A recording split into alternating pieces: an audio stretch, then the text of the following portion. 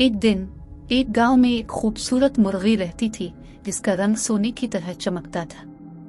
ये मुर्गी हर रोज एक सोने का अंडा देने वाली थी, जो बहुत कमाल की बात थी। लोग इस मुर्गी को देखकर हैरान होते थे, कैसे एक मुर्गी ऐसे कीमती अंडे दे सकती है।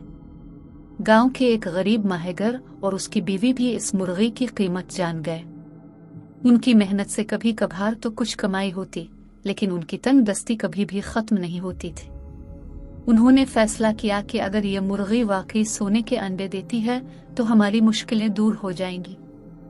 एक दिन माहेगर ने अपनी बीवी के साथ उन मुर्गी को पकड़ लिया और इसे अपने घर ले गया। वो दोनों इंतहाई मगरूरी के साथ इन मुर्गी के अंदर सोने के अंडे की तलाश में लग गए। उन्होंने मुर्गी को हर रोज परेशान किया और धमकाया कि अगर वो सोने का अंडा नहीं दे पाई तो उनको कत्ल कर देंगे।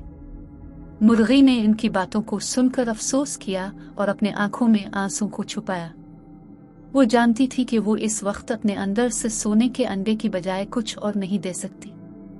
उस वक्त एक परी जाहिर हुई जो मुर्गी के करीब आई और बोली, मेरी प्यारी, क्यों ना तो मुझसे मदद मांगी, तेरी मुश्किलात का हल मैं दूंगी। मुर्गी ने परी की मदद की बात सुनी और अपनी परेशानियों का हल जानने की कोशिश की।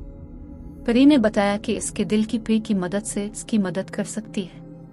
परी की रहनुमाई से मुर्गी ने दुनिया को देखने का नया अंदाज इख्तियार किया। इस नए अंदाज ने लोगों को इसकी अनोखीता पसंद आई और वो अब अपने ख्वाबों को पूरा करने की राह में कदम रख गई। इस तरह मुर्गी ने सोने के अंडे देने की जगह एक नई जिंदगी हासिल की और अपनी मेहनत और इसरार की बदौलत मगरबी हो गई। इसके किस्से ने लोगों को ये सबक दिया कि हकीकी दौलत और कामयाबी अपनी मेहनत, ईमानदारी और नेक नीति से हासिल होती है।